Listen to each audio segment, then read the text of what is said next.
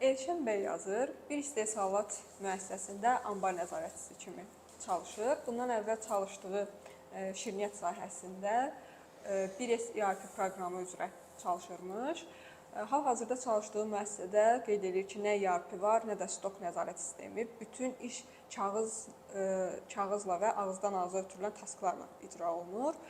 Bu çox ciddi gedişmələri və narazılıqlara səbəb olur.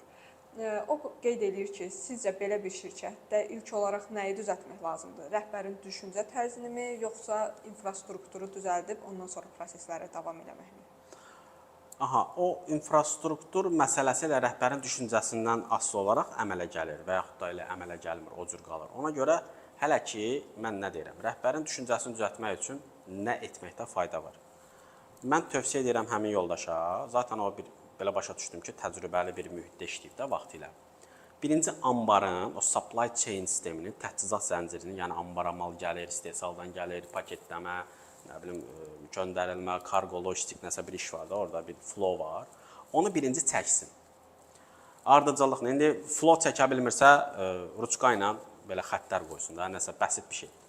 Çəksin və oradakı əməliyyatlarda nədə problem yaşayırlar, problemləri göstərsin.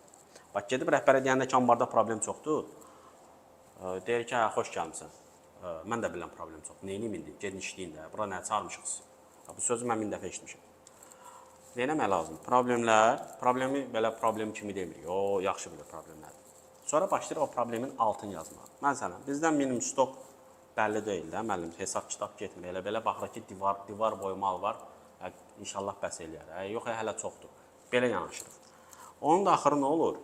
O məhsul hərəkəti görmürük, planlamamız yoxdur, stok out olur. Stok out nədir müəllim? Stok out odur ki, minimum stokdan aşağı düşür, əlimizə atanda yoxdur da, qalırıq belə, qapı-qapı düşürük stok out. Yavaş-yavaş bunu, belə deyim də, öyrədirik həmin o yoldaş. Rəhbər hər şey bilməyə bilər, amma eşitməli və təkmilləşməlidir. Sonra deyir ki, bunun üçün belə bir dənə cədvəl, mən hazırlamışam, hazırlayaq yox, hazırlamışam. Hazırlayaq deyəndə, deyir, nə qarım, mən hazırlayayım, gedin hazırlayın da, hazırlayın gətirin. Hazırlamışam, bir 100 dənə deyil, 99 dənə olanı qırmızı olur. Mən istəyirəm bunu tətbiq edeyim. Sonra, bax, bizdə bəlli deyil də kimin işinin adı nədir. Yəni, mal gəlir, qəbul olunmur, keyfiyyət yoxlaması getmir, səhv gedir, alma deyirlər, armud göndərirlər. Deyirəm ki, bir dənə blank yaradaq, təhvil təslim, orada imza atsınlar da. Əvvəl 1S-də bizdə var idi, təsdiq edin. İndi bizdə 1S yoxdur, gəlin belə eləyək. Sonra sabah sübut eləyək, kim nə dedi, nə oldu. Buna hansı rəhbər deyər yox. Mən elə gəl ki, 95%-i mən ümidliyəm bu məsələdə. Bu detalla gedəndə deyəcək, hə, əlbəttə eləyək.